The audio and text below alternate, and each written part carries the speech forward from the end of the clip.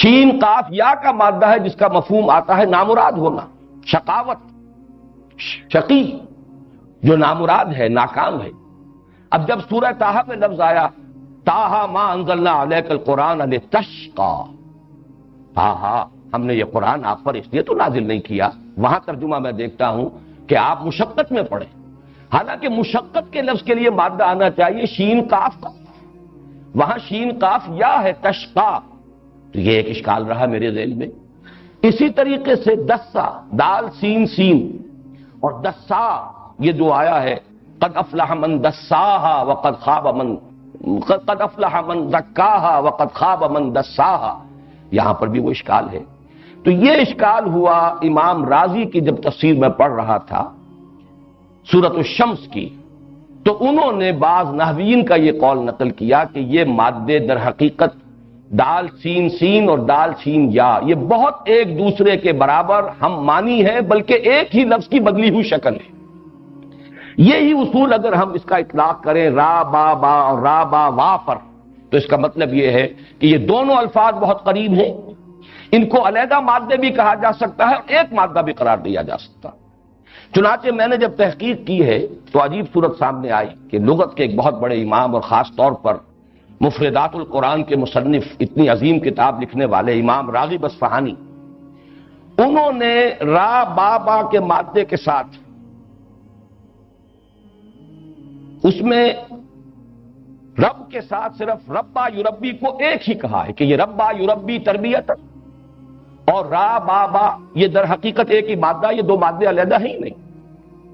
جبکہ فؤاد عبد الباقی، اس نے جو کتاب لکھی ہے المعجم المفہرس لالفاظ القرآن الحکیم، اس نے اس کو بالکل برعکس رب کے ساتھ صرف اربابن، ربیون، ربانیون، ربائب کے لفظ کو جمع کیا ہے، باقی اربا یربی، ربا یربی، ان سب کو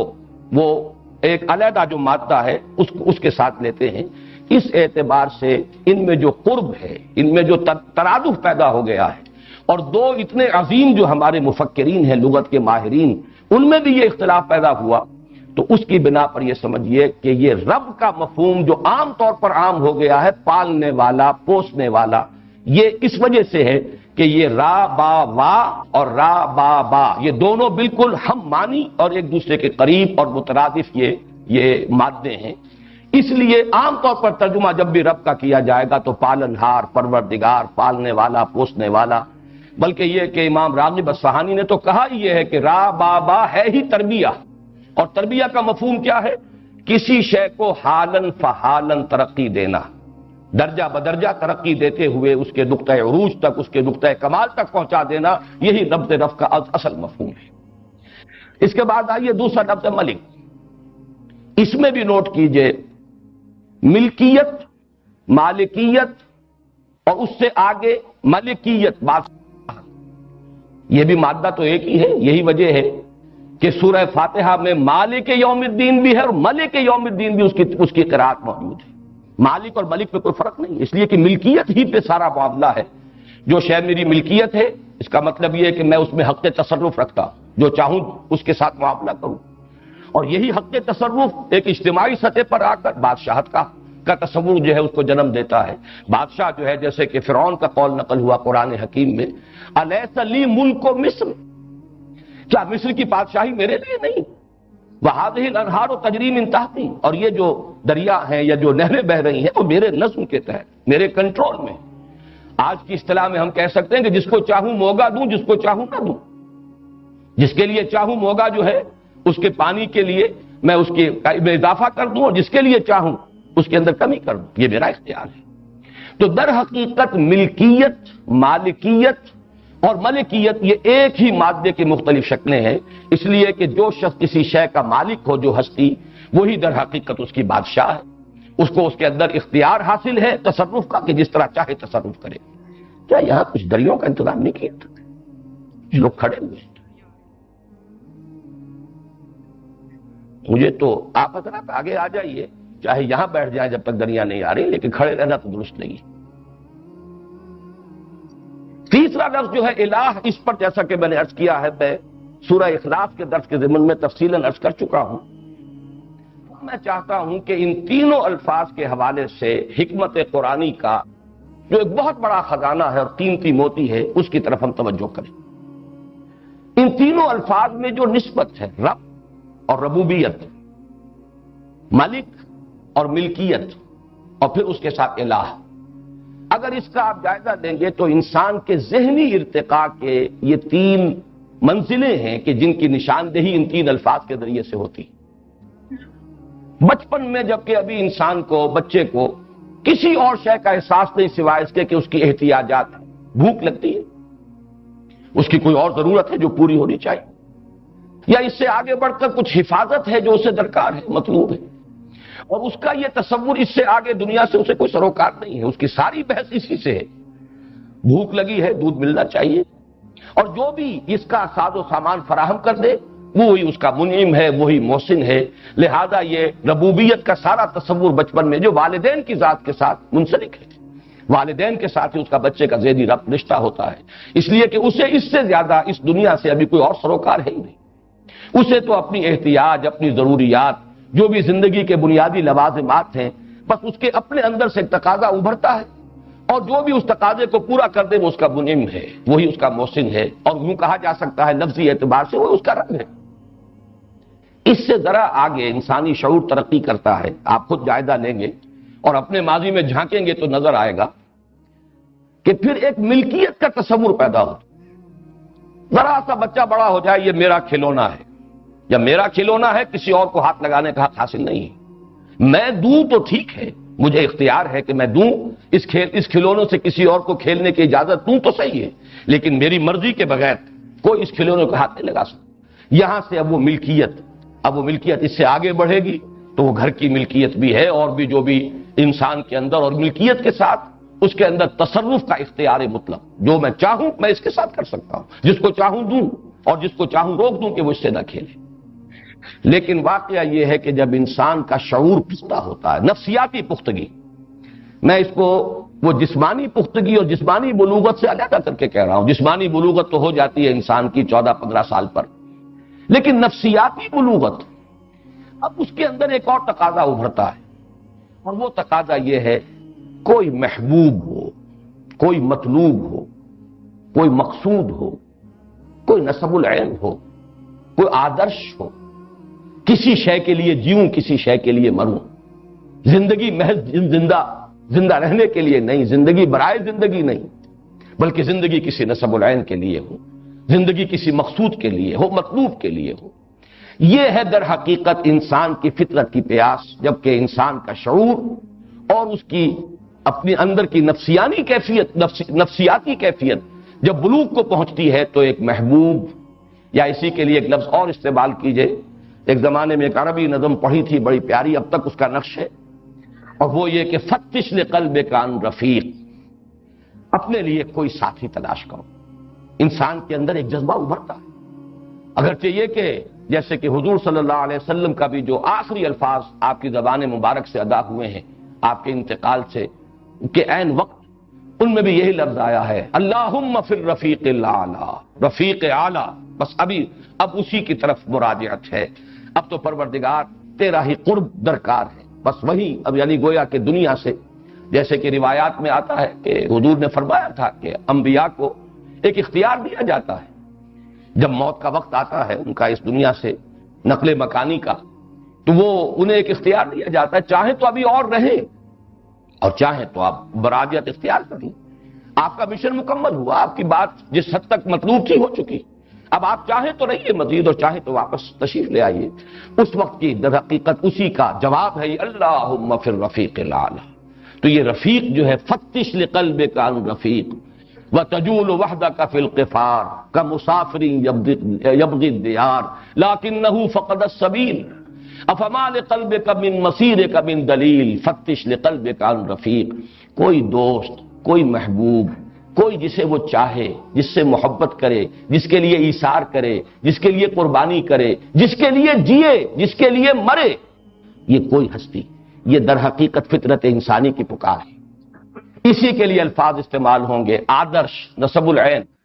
جو انسان اللہ تک نہیں پہنچ پاتے وہ کوئی وطن کو اپنا آدرش بناتا ہے، نصب العین بناتا ہے، وطن کے لیے جیتا ہے، وطن کے لیے مرتا ہے، کوئی کسی نظریے کو، کسی تصور کو،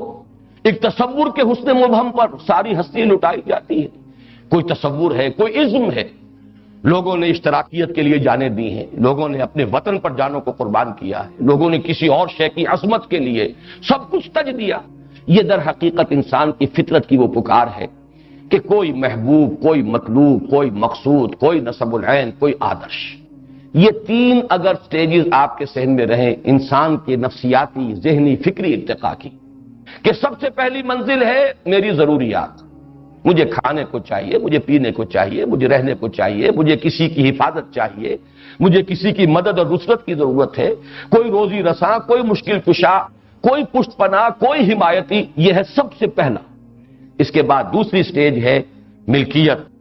جسے قرآن مجید میں دوسرے مقام پر یوں تعبیر کیا گیا ہے: اعلموا انما الحیات الدنیا لعب ولہو وزینۃ وتفاخر بینکم. اب یہ جو فخر کا مرحلہ آتا ہے، میں، میری جائیداد، میرے اموال، میری اولاد، تکاثر فی الاموال والاولاد، یہ سارا معاملہ وہ ہے جس میں میری ملکیت، میرا ساز و سامان، میرا اختیار. یہ ملکیت، ملکیت، یہ دوسرا تصور ملکیت. اور تیسرا جو ہے کوئی آدرش، کوئی نصب العین، کوئی محبوب، کوئی مطلوب. بالکل اسی ترتیب سے یہ تین الفاظ آئے ہیں. اصل میں انسان کے عقل کی پختگی، یہ تو میں نے انسان کی نفسیاتی ارتقاء کے مراحل بیان کیے. عقل کی پختگی کیا ہے؟ انسان پہچان لے کہ اگرچہ میری ضروریات زندگی بے شمار سلسلوں سے ہو کر آ رہی ہیں. سورج کی تمازت بھی ہے جس سے فصلیں پکتی ہیں، یہ ہوائیں چلتی ہیں، بارشیں برستی ہیں، پانی ہے اس کے بغیر کوئی سوال ہی نہیں. بارش نہ برسے تو فصل نہیں ہوگی، فصل نہیں ہوگی تو کھانے کو کچھ نہیں ملے گا.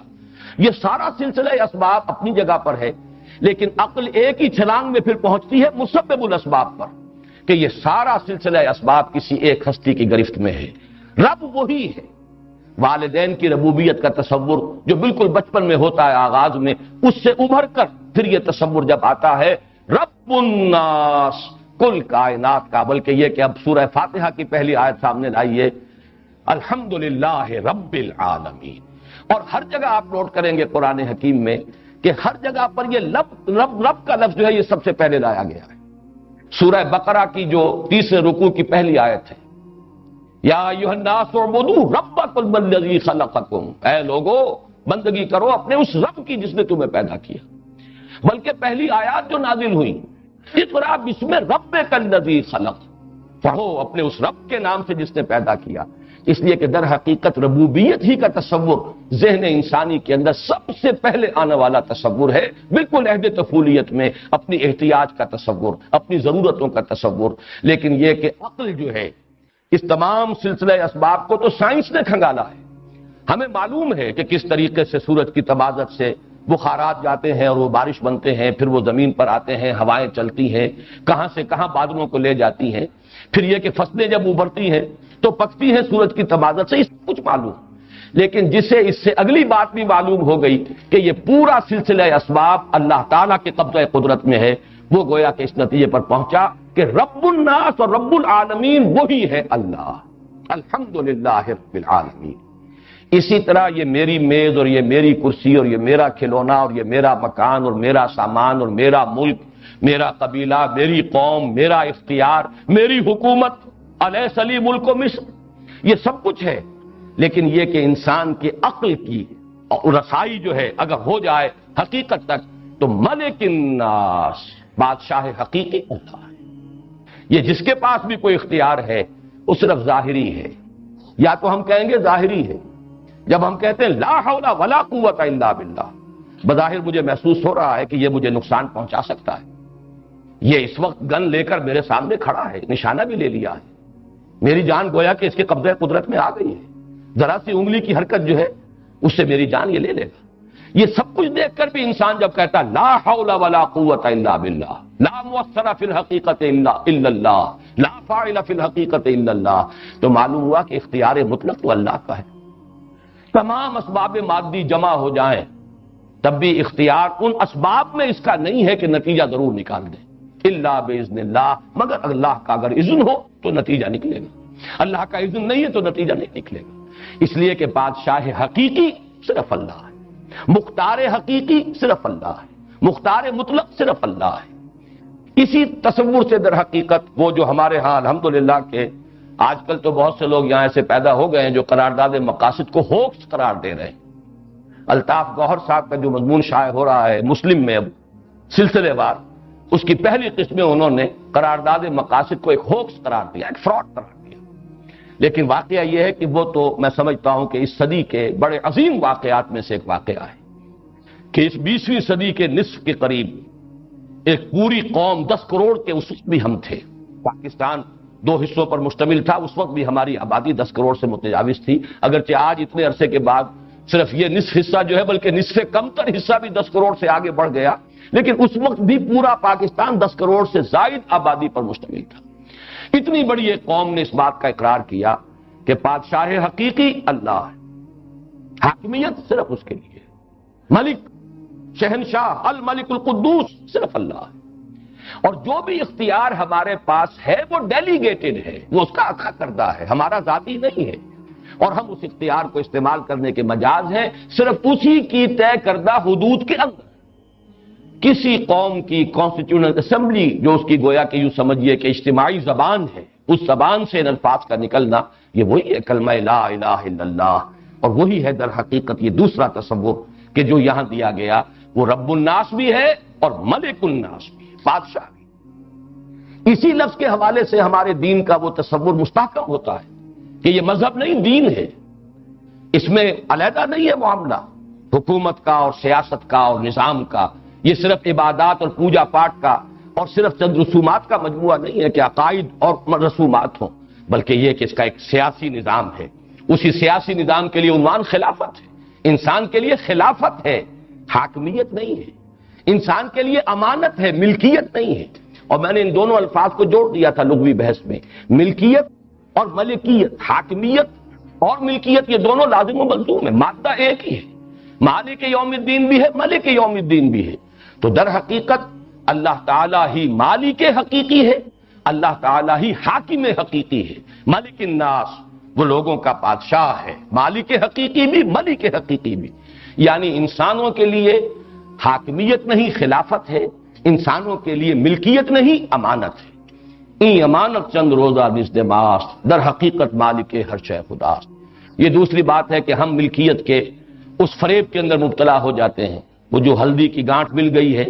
اور اسے لے کر ہم سمجھتے ہیں کہ پنساری بن گئے ہیں، ہم سمجھتے ہیں میری شے اور میری ملکیت اور میری جائیداد اور میرا مکان اور میرا محل اور میری یہ اور میری وہ،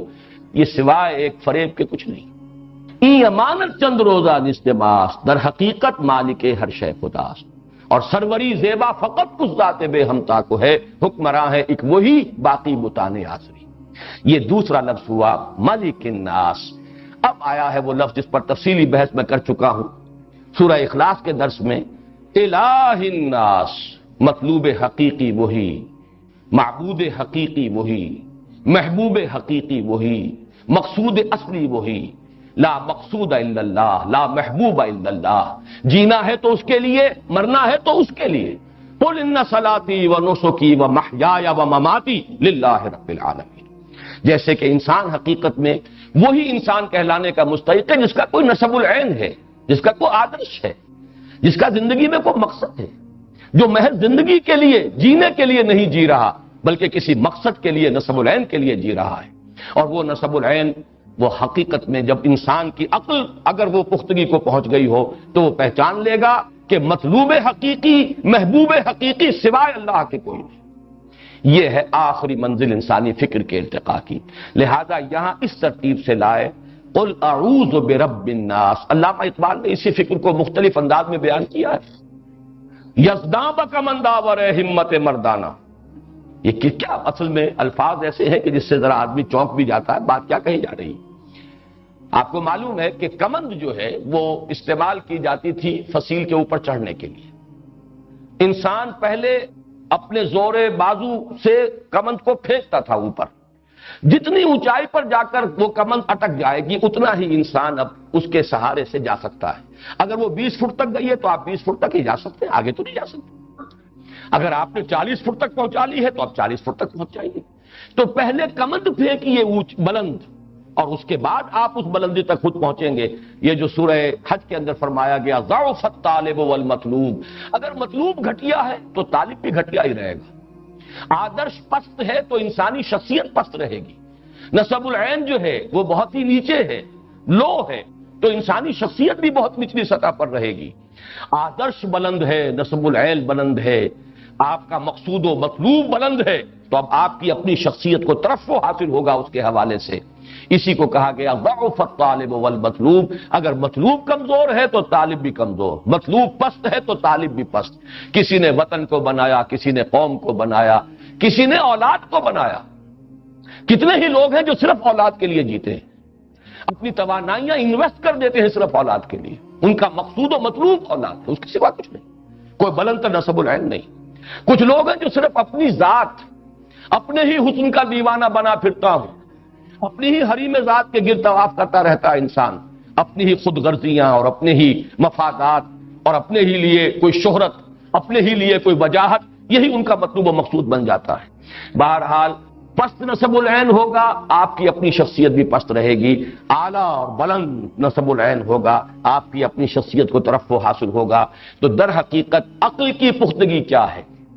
پھر میں دوبارہ دہرا رہا ہوں اپنی بات کو۔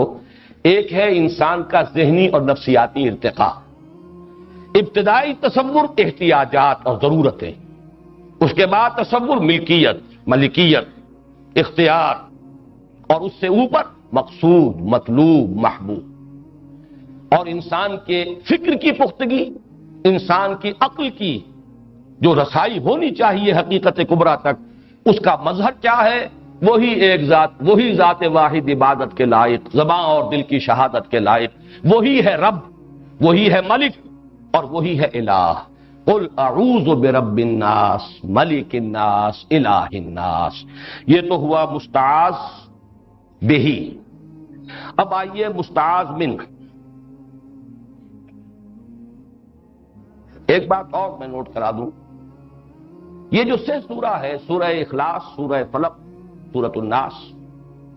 ان میں آپ نے یہ بات دیکھی ہوگی کہ سورہ اخلاص کی بھی اس کی عظمت کا اصل راز پہلی دو آیات میں ہے۔ بقیہ دو آیات میں جو مضامین آئے ہیں وہ آپ کو قرآن مجید میں تکرار کے ساتھ ملیں گے۔ لم یلد ولم یولد، لم یتخذ ولدا، یہ آپ کو سورہ بنی اسرائیل میں مل جائے گا۔ اس کی کوئی اولاد نہیں، نہ وہ جنا گیا نہ اس نے جنا، یہ مضمون قرآن مجید میں بتکرار و یاد آیا ہے۔ لم یکن لہ کفوا احد، لیس کمثلہ شیء، اس کی سی مثال کسی کوئی اور شے ہے ہی نہیں، وہی بات ہے۔ باقی یہ کہ بار بار جو آتا ہے قرآن مجید میں، جہاں سے کہ ہم توحید فی صفات کو اخذ کرتے ہیں، وہ وہی مضمون ہے، لم یکن لہ کفوا احد۔ البتہ ابتدائی دو آیات جو ہے قل هو اللہ احد، اس لیے کہ یہ لفظ ایک صفت کے طور پر قرآن مجید میں ویسے بھی عربی زبان میں اس کا استعمال ہے ہی نہیں۔ عام طور پر اس کا استعمال ہوتا ہے نفی میں، کوئی نہیں، گھر میں کوئی نہیں، کوئی بھی نہیں ہے۔ لا یشرک فی حکم ہی احد، اللہ اپنے حکم میں، اپنے اختیار میں کسی کو شریک نہیں کرتا، صرف نفی کے لیے۔ مثبت طور پر ایک صفت کے طور پر یہ عربی زبان میں مستعمل نہیں ہے سوائے اللہ کی ذات کے۔ خود قرآن حکیم میں بھی صرف اسی مقام پر آیا ہے، قل هو اللہ احد۔ اور اللہ الصمد، یہ تو میں پہلے عرض کر چکا ہوں کہ یہ الصمد کا لفظ تو قرآن مجید میں آیا ہی صرف ایک بار۔ ان دونوں میں اصل عظمت کا راز پنہا ہے سورہ اخلاص کا، اور وہ میں تفصیل سے سورہ اخلاص کے ضمن میں عرض کر چکا ہوں۔ اس طرح سورہ فلق میں پہلی دو آیتیں ہی ہیں اصل میں اس کی عظمت والی، باقی یہ کہ بقیہ تینوں آیتیں من شر ما خلق کی شرح ہے، اس لیے کہ اور جو بھی کچھ ہے، کوئی حسد کرنے والا ہے، کوئی رات کی تاریکی کے اندر نقصان پہنچانے والا ہے، کوئی کسی اور اعتبار سے نقصان پہنچانے والا ہے، من شر ما خلق ماتا پوری ہو چکی ہے، بقیہ تینوں آیات کے اندر اس کی شرح ہے۔ من شر نفاثات ومن شر غاسق ومن شر حاسد، اصل میں تو قل اعوذ برب الفلق، اور اس لفظ فلق کے حوالے سے پچھلی مرتبہ میں عرض کر چکا ہوں کہ آج تک سائنس جہاں پہنچی ہے، دی بگ بینگ، یہ فلق کے لفظ کے اندر وہ پورا تصور موجود ہے۔ ایک دھماکہ ہوا، اب تک تو یہ تصور رہا ہے، نیوٹونین جو فزکس تھی اس کا تو تصور یہ تھا کہ یہ کائنات شاید ہمیشہ سے چلی آ رہی ہے اور ہمیشہ چلتی جائے گی، لیکن یہ کہ آج تقریباً اجماع ہے، موسٹ ریسنٹ جو اس وقت موقف ہے وہ تو یہ ہے کہ نہیں، ایک وقت میں شروع ہوئی ہے، یہ ایک دھماکے کی صورت میں شروع ہوئی ہے۔ وہ دھماکہ کا جو لفظ ہے دی بگ بینگ، واقعہ یہ ہے کہ فلک کا مطلب یہ پھٹنا، کسی شے کا پھٹنا، ایکسپلوژن۔ اس ایکسپلوژن کے نتیجے میں وہ شے وجود میں آئی جس کا ماس زیرو تھا، لیکن جس میں انرجی انفائنائٹ تھی، بے پناہ انرجی کا پیک، کہ یہ انرجی پیک، لیکن ماس زیرو۔ پھر اسی کی ایکسپینشن شروع ہوئی ہے، کول ڈاؤن کرنا شروع کیا ہے، اور وہ سارے نظریات ہیں آج کے، جو اگرچہ کہا تو جائے گا کہ ابھی یہ نظریہ ہے، بگ بینگ تھیوری، لیکن اس وقت تک دنیا طبیعیات کے اندر اسے تقریباً ایک ایکسیپٹڈ فیکٹ کی حیثیت حاصل ہو چکی، اس لیے کہ اس کے جو تقاضے تھے ان کو مختلف طریقوں سے ویریفائی کیا جا چکا ہے۔ اس حوالے سے قل اعوذ برب الفلق من شر ما خلق، ان میں جو قرب ہے فلق و بگ بینگ اور اسی کا ظہور ہے، یہ کل کائنات، کل یونیورس، دی ایکسپینڈنگ یونیورس، ابھی یہ پھیل رہی ہے، اور اسی میں اگلا مرحلہ یہ بھی آ گیا ہے کہ جیسے یہ پھیل رہی ہے ایک وقت آئے گا کہ پھر یہ سکڑنی شروع ہو جائے گی۔ اور بلیک ہولز کا جو کانسیپٹ ہے، نہ معلوم کتنی گیلیکسیز اس طریقے سے ختم ہو چکی ہیں کہ وہ پہلے پھیلتی رہی، پھر سکڑنا شروع کیا، اور پھر ایک زیرو ہو کر بلیک ہول کی شکل اختیار کر دیں۔ بڑے بڑے سٹارز جو ہمارے سورج سے لاکھوں گنا بڑے حجم میں، اور وہ زیرو ہو کر پھر وہ بلیک ہول کی شکل اختیار کر چکے ہیں۔ اسی طریقے سے یہ بات آج سمجھ میں آ رہی ہے کہ جیسے بگ بینگ سے یہ شروع ہوئی تھی، زیرو ماس لیکن انرجی بے پناہ، اسی طریقے سے یہ بساط لپیٹی بھی جا سکتی ہے۔ اور قرآن مجید کے الفاظ اس قدر خوبصورت ہیں، یوم نطوی السماء کطی السجل للکتب، جس دن کہ ہم اس آسمانوں کو اس طریقے سے لپیٹ لیں گے جیسے کہ تم کتابوں کے وہ جو سکرولز ہوتے تھے کسی زمانے میں تومار، انہیں لپیٹ لیا جاتا تھا۔ چنانچہ یہی تصور ہے کہ یہ جو ایکسپینشن ہو رہی ہے ایک سپائرل کی فارم میں ہے، جیسے کہ بڑھتا جا رہا ہے دائرہ، پھر جب واپسی ہوگی یہی سپائرل جو ہے موومنٹ ریورس ڈائریکشن میں ہوگی، اور جہاں ایک زیرو سے شروع ہوئی تھی بات اسی زیرو تک ہی پہنچ سکتی ہے۔ یوم نطوی السماء کطی السجل للکتب۔ بہرحال سورہ فلق کی بھی ابتدائی 2 آیات اہم ترین ہیں۔ پھر ما خلق کی شرح ہے، من شر غاسق اذا وقب ومن شر النفاثات فی العقد ومن شر حاسد اذا حسد۔ اسی طرح نوٹ کر لیجئے سورۃ الناس کے اندر بھی جو اصل حکمت پنہا ہے وہ انہی 3 آیات میں ہے۔ قل اعوذ برب الناس ملک الناس الہ الناس۔ خوبصورتی دیکھیے، ان دونوں صورتوں میں لفظ اللہ نہیں آیا۔ لفظ اللہ سورہ اخلاص میں آ چکا، قل هو اللہ احد، اور سورہ اخلاص کے ساتھ یہ دونوں صورتیں معوذتین جو ہیں یہ جڑی ہوئی۔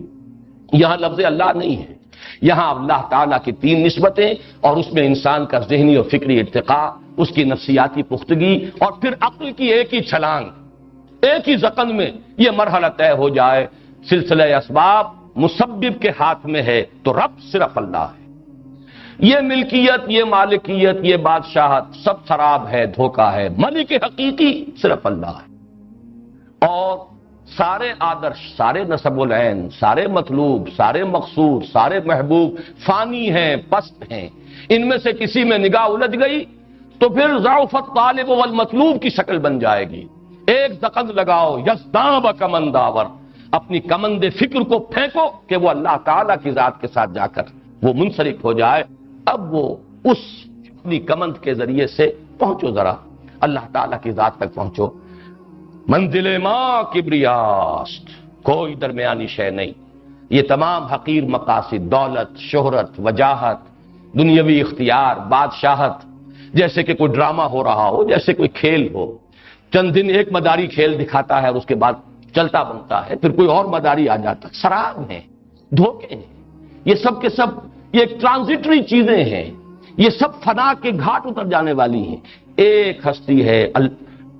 جس کو فرمایا گیا الحی القیوم، وہی ہے معبود برحق، وہی ہے محبوب اصلی، وہی ہے مطلوب حقیقی، وہی ہے مقصود، جیو اس کے لیے، مرو اس کے لیے۔ قل ان صلاتی ونسکی ومحیای ومماتی للہ رب العالمین۔ اب آئیے مستعاذ منہ کو، جیسا کہ میں عرض کر چکا ہوں سورۃ الفلق کے مقابلے میں یہاں یہ کنٹراسٹ ہے، وہاں مستعاذ بہی صرف ایک آیت، قل اعوذ برب الفلق۔ مستعاذ منہ ہو 4 شر، شر کا لفظ تکرار کے ساتھ آیا، من شر ما خلق ومن شر غاسق اذا وقب ومن شر النفاثات فی العقد ومن شر حاسد اذا حسد۔ یہاں پر اب شر کا لفظ صرف ایک مرتبہ آ رہا ہے، قل اعوذ برب الناس ملک الناس الہ الناس، 3 آیات مستعاذ بہ پر مشتمل، اور شر جس سے کہ پناہ طلب کی جا رہی ہے من شر الوسواس الخناس۔ اب اس پر تھوڑا سا غور کر لینا چاہیے، وسواس کسے کہتے ہیں؟ اتنی پست آواز میں کسی سے کچھ کہنا کہ مفہوم تو وہ سمجھ لے، الفاظ نہ سنے، یہ ہے وسوسے کا اصل مفہوم۔ الفاظ سنائی نہ دے، مفہوم منتقل ہو جائے۔ یہی جس طرح لفظ وحی ہے، اسی لیے لیوحون، یہ شیاطین جن و انس کے لیے بھی یہ لفظ آیا ہے، یوحی بعضهم الی بعض زخرف القول غرورا، یہ شیاطین جن و انس جو ہے ایک دوسرے کو وحی کرتے رہتے ہیں۔ تو لفظ وحی اور وسوسے میں بہت قرب ہے۔ وحی بھی ہے الاعلام بالسر والخفاء،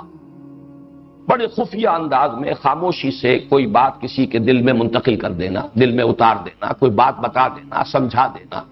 یہ وحی اسی لیے آنکھ سے اشارہ کیا جائے تو اس کے لیے بھی لفظ وحی ہے، عربی ادب کے اندر استعمال ہوا ہے۔ اسی طریقے سے وسوسہ، کسی کے اندر کوئی خیال، کوئی جذبہ منتقل کر دینا بغیر اس کے کہ کوئی بات سننے میں آئے، کوئی کلام جو ہے وہ سماعت کے مرحلے سے گزرے، اس کے بغیر کوئی چیز، کوئی خیال، کوئی جذبہ کسی کے اندر پیدا ہو جائے، ابھر جائے، مشتعل ہو جائے، یہ وسوسہ۔ لفظ وسواس کے بارے میں علامہ زمخشری نے جو بحث کی ہے اسی کو تقریباً تمام مفسرین نے قبول کیا ہے کہ وسوسہ اسم ہے اور وسواس بھی اسم ہے۔ اس سے جو مصدر بنے گا وہ وسواس ہے، واو کے زیر کے ساتھ، جیسے کہ زلزال یہ مصدر ہے، زلزلہ اور زلزال یہ ہم معنی ہیں، زلزال ہے جو مصدر ہے۔ اسی طریقے سے وسوسہ اور وسواس ہم معنی ہے، اسم ہے، البتہ اس سے مصدر جو ہے وہ وسواس ہے۔ یہ لفظ کیوں آیا یہاں؟ ایک تو یہ کہ بطور اسم جب اس کو لایا گیا تو اس شخص کی، اس ہستی کی طرف اشارہ کیا جا رہا ہے کہ جو مجسم وسوسہ، جس کا شغل ہی وسوسہ کرنا ہے، گویا کہ اس کا نام ہی رکھ دیا گیا، اسم کے طور پر لے آیا گیا وسواس۔ اور ایک یہ ہے کہ اس سے قبل ذو مضاف جو ہے اس کو محذوف ماننا پڑے گا، ذل وسواس۔ قل اعوذ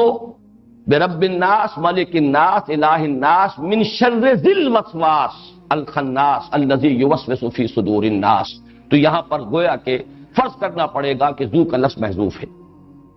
خناس کیا ہے؟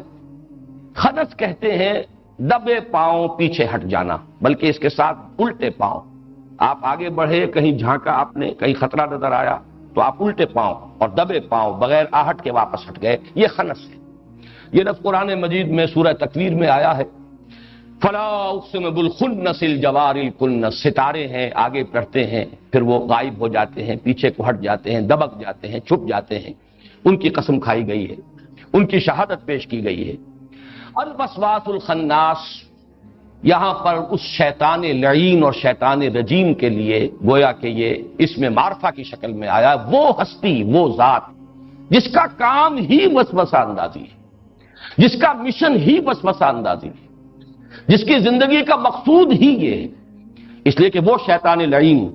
جس کے ساتھ جو معاملہ حضرت آدم کا اور اس کا ہوا قرآن مجید میں 7 جگہ پر آیا، اس مضمون کی اہمیت کا آپ اندازہ کیجیے۔ ایک ہی واقعہ آدم و ابلیس کے مابین جو بھی ماجرا ہوا 7 سورتوں میں قرآن مجید کے اندر موجود ہے۔ سورہ بقرہ میں ہے، سورہ اعراف میں ہے، سورہ ہجر میں ہے،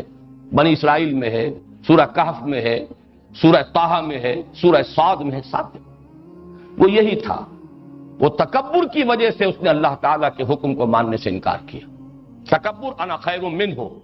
خلقتنی من نار وخلقتہ من طین، میں اس سے بہتر ہوں آدم سے، میں اس کے سامنے سجدہ نہیں کر سکتا، میں نہیں جھکوں گا، اس لیے کہ تو نے مجھے پیدا کیا ہے آگ سے اور اس کو پیدا کیا ہے گارے سے۔ انا خیر منہ خلقتنی من نار وخلقتہ من طین، انکار کیا۔ کہیں لفظ ابا آتا، ابا واستکبر وکان من الکافرین،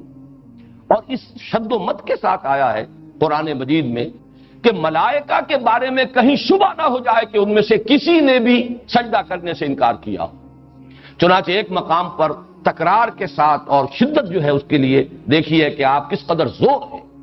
فَسَجَدَ الْمَلَائِكَةُ كُلُّهُمْ أَجْمَعُونَ،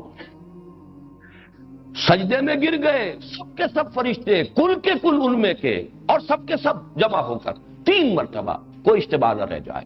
ہاں وہ ایک جنات میں سے، اس میں بھی چونکہ اشتباہ ہو جاتا ہے، بقیہ 6 مقامات پر اشتباہ ہو جاتا ہے کہ کہیں یہ بھی کوئی فرشتوں میں سے تو نہیں تھا، بتا دیا گیا کان من الجن ففسق عن امر ربی۔ سورہ کہف میں اس وسوسے کو بھی ختم کر دیا گیا، بات کر دی گئی وہ جنات میں سے تھا، لیکن اپنے علم، اپنے تقوی، اپنی نیکی، اپنے زہد، اپنی عبادت گزاری، اس کی وجہ سے وہ ملائکہ کے زمرے میں شامل ہو گیا تھا، شریک تھا، اس کا قرب حاصل تھا۔ ویسے بھی چونکہ ملائکہ کا مادہ تخلیق ہے نور، اور جنات کا مادہ تخلیق ہے نار، اور یہ نار اور نور میں آگ کے اندر روشنی ہے، یہ دونوں ہی چیزیں تو بیک وقت ہمیں سورج سے مل رہی ہیں، حرارت بھی مل رہی ہے اور ہمیں روشنی بھی مل رہی ہے، یہ ریڈیشن جو ہے اس کے دونوں چیزیں موجود ہیں، تو ان میں قرب بھی ہے۔ اس قرب کی وجہ سے بھی ہمارا معاملہ، چونکہ ہمارا مادہ تخلیق مٹی ہے، ہم اس عالم ارضی سے ہمارا حیولہ تیار ہوا ہے، اگرچہ اس میں پھر وہ روح پھونکی ہے اللہ نے، جس کی عظمت کا عالم یہ ہے کہ اسے اللہ اپنی ذات کی طرف منسوب کرتا ہے، وَنَفَخْتُ فِيهِ مِن رُوحِي، پھونک دیا میں نے اس میں اپنی روح میں سے۔ لیکن یہ ہے کہ بہرحال ہمارا یہ حیولہ جو ہے یہ تو اس مٹی کا بنا ہوا ہے، اس لیے ہمارا معاملہ ذرا دوری کا ہے، کثافت کا ہے۔ البتہ جنات جو ہے جو آگ سے بنائے گئے، من مارج من نار، اور قرآن مجید سے یہ بھی ثابت ہے کہ وہ اپنی تخلیق میں ہم سے متقدم ہے، ہم سے پہلے بنائے گئے۔ وَالْجَانَّ خَلَقْنَاهُ مِن قَبْلُ مِن نَارِ السَّمُومِ، یہ آدم کی تخلیق سے پہلے ہم نے جنات کو پیدا کر دیا تھا آگ کی لپٹ سے۔ اس اعتبار سے نوٹ کیجئے کہ ان جنات میں سے ایک جن عزازیل وہ ہے کہ جو اپنے علم اور اپنے اس تقوی اور اپنے زہد اور اپنی عبادت گزاری کی بنا پر ملائکہ کا قرب حاصل کر چکا تھا، انہی کے ساتھ سمجھا جا رہا تھا، اس نے وہ اپنے استکبار کی بنا پر اس نے انکار کیا، اور پھر جب اللہ تعالیٰ نے اس کی بنا پر اسے دھتکارا، فَخْرُجْ مِنْهَا فَإِنَّكَ رَجِيمٌ، اب تم نکل جاؤ، ہماری رحمت کے تم مستحق نہیں رہے، تو اس نے ایک درخواست کی، فَأَنذِرْنِي إِلَىٰ يَوْمِ يُبْعَثُونَ، تو اے اللہ مجھے اب تو مہلت دے اس دن تک کے لیے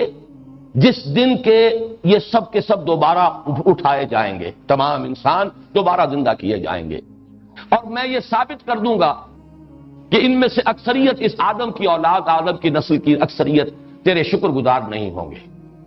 بَلْ تَجِدُ أَكْثَرَهُمْ شَاكِرِينَ، نہیں پائے گا تو ان میں سے اکثریت کو شکر کرنے والا، تیرے اس احسان کی قدر کرنے والا کہ تو نے آدم کو مسجود ملائک بنایا، تو نے آدم کو خلافت عطا فرمائی، تو نے آدم کو یہ مقام بخشا کہ فرمایا کہ خلقتہ بیدی، میں نے اسے اپنے دونوں ہاتھوں سے بنایا ہے۔ وہ مخلوق کے جس میں دونوں عالم جمع ہو گئے، عالم امر اور عالم خلق، وہ صرف ایک ہے اور وہ انسان ہے، اس لیے کہ فرشتے صرف عالم امر کی شے ہیں، جنات صرف عالم خلق کی شے ہیں، بقیہ یہ کل کائنات جو ہے صرف عالم خلق سے تعلق رکھتی ہے۔ صرف ایک ہستی ہے مخلوقات میں سے جس میں یہ دونوں عالم جمع ہوئے، اس لیے کہ ہمارا یہ حیولہ عالم خلق سے تعلق رکھتا ہے، خاک سے بنا ہے، لیکن ہماری روح وہ کہیں اور کی شے ہے، انا للہ و انا الیہ راجعون، کہیں اور سے آئی ہے، اس عالم سفلی سے اس کا کوئی تعلق نہیں ہے، اس کا تعلق اس عالم علوی سے۔ یہ اس اعتبار سے یہ مجموعہ ہے عالم امر اور عالم خلق، اس اعتبار سے نوٹ کیجئے اس کے اندر جو دشمنی پیدا ہوئی اس نے مہلت مانگی۔ اب اتنے مقامات پر قرآن مجید میں یہ ساری تفصیل موجود ہے، میں نے اس کا ایک خاص سبب سے یہاں ذکر کیا ہے، وہ بعد میں اس کی وجہ جو ہے ظاہر ہو جائے گی۔ الوسواس الخناس، اس کے بارے میں کوئی اشتباہ نہیں ہونا چاہیے کہ اس سے اصل مراد وہی جس نے کہ مہلت مانگی تھی، اس لیے کہ اللہ نے کہا فَذْهَبْ فَإِنَّكَ مِنَ الْمُنذَرِينَ، جاؤ تمہیں دے دی گئی، اجازت دے دی گئی، مہلت دے دی گئی، یہ مہلت اس کی عمر طویل کی گئی ہے۔ وہی شیطان عزازیل آج بھی موجود ہے، اس کے یہ معنی نہیں کہ شیاطین جن و انس اور نہیں ہے، بے شمار ہے، اس کی ذریت بھی ہے، اس کی اپنی نسل میں سے ہے،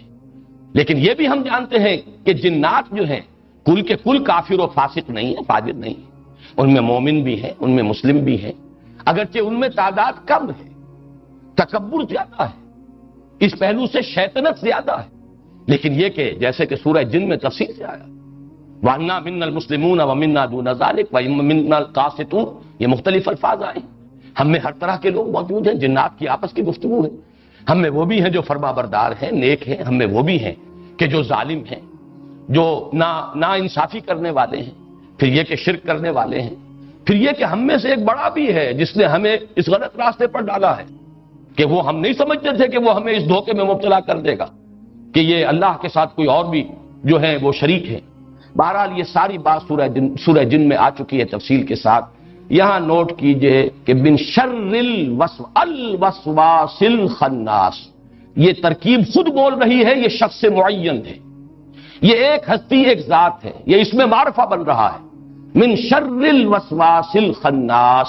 میں پناہ چاہتا ہوں لوگوں کے رب کی، لوگوں کے بادشاہ کی، لوگوں کے معبود اور محبوب اور مقصود و مطلوب حقیقی کی، اس وسوسہ کرنے والے اور پیچھے دبک جانے والے کے شر سے.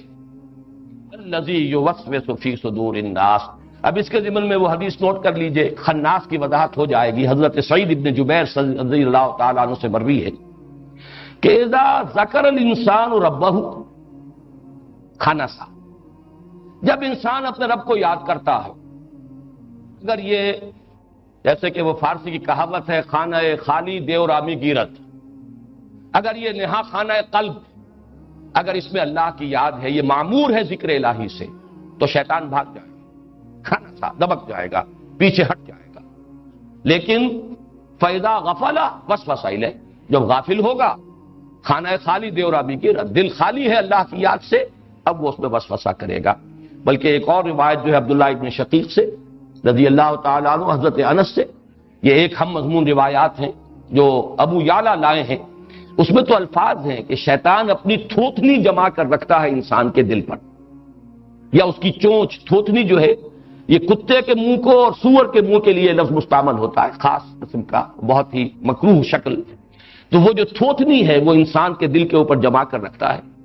اگر تو اللہ کا وہ کی یاد کرتا ہے تو وہ بھاگتا ہے، پیچھے ہٹ جاتا ہے، دبک جاتا ہے، کھانا سا الٹے پاؤں. لیکن اگر غافل ہوتا ہے تو وہ چونچ اپنی جو ہے چبھو دیتا ہے انسان کے دل میں، یا اپنی تھوتنی وہاں رکھ کر پھونکے مارنی شروع کرتا ہے. اس لیے کہ ظاہر بات ہے شیطان کو یہ اختیار نہیں ہے کہ وہ آپ کو بدی پر مجبور کر سکے، یہ اختیار اسے نہیں دیا. ان عبادی لیس لک علیہم سلطان، میرے بندوں پر تجھے کوئی اختیار حاصل نہیں، کوئی قدرت حاصل نہیں کہ تم جو چاہو کر لو اور جدھر چاہو موڑ دو. تم انہیں ترغیب دلا سکتے ہو، تم انہیں سبز باغ دکھا سکتے ہو، تم انہیں جدھر چاہو ورگلانے کی کوشش کر سکتے ہو، دھوکے دے سکتے ہو، فریب دے سکتے ہو، دنیا کو مزین کر کے دکھا سکتے ہو، شہوات نفسانی کو مشتعل کر سکتے ہو، سب کچھ کر سکتے ہو، لیکن تمہارا اختیار نہیں ہے. البتہ یہ ہے کہ جو انسان میں بارود ہے وہ تو ہے ہمارے اندر. اگر ہمارے اندر وہ روح ربانی ہے تو ہمارا یہ حیوانی وجود جو ہے اس میں وہ اینیمل انسٹنکٹس موجود ہیں، اس میں وہ ساری جبلتیں، حیوانی جبلتیں، لیبیڈو، وہ جو فرائڈ کے الفاظ ہیں وہ سب کے سب موجود ہیں. گویا کہ بارود تو ہمارے اندر ہے. اسی لیے آیا ہے سورہ ابراہیم میں کہ جب شیطان کو ملامت کریں گے قیامت کے دن جو اس کے پیروکار تھے تو وہ کہے گا فلا تلومونی ولوموا انفسکم، میں نے تمہیں صرف بلایا تھا، تم نے میری دعوت پر لبیک کہا، میں نے کہا ادھر آ جاؤ، تم آ گئے. میرا کوئی اختیار تو تم پر نہیں تھا، تم چاہتے تو میری دعوت کو قبول نہ کرتے، میری پکار پر لبیک نہ کہتے. فلا تلومونی ولوموا انفسکم، اب مجھے ملامت نہ کرو، ملامت کرو اپنے آپ. وہ نفس کیا ہے؟ لوموا انفسکم، تمہارے اپنے نفوس، تمہاری اپنی جانیں، تمہارا اپنا نفس امارہ، ان النفس لامارۃ بالسوء، تمہارے اینیمل انسٹنکٹس، تمہاری تمہاری لیبیڈو، یہ تو تمہارے اندر تھی. بارود موجود ہے، صرف چنگاری ڈال کر. مجھے وہ یاد آیا ہے، کولوکیل زبان کا محاورہ ہے اردو کا، یہ ادبی زبان کا، لٹریری لینگویج کا تو نہیں ہے، کہ بھس میں چنگاری ڈال کر اور جمال و دور کھڑی. یہی اس شیطان کا معاملہ ہے کہ اس میں چنگاری وہ ڈالتا ہے، بارود انسان کا اپنا ہے،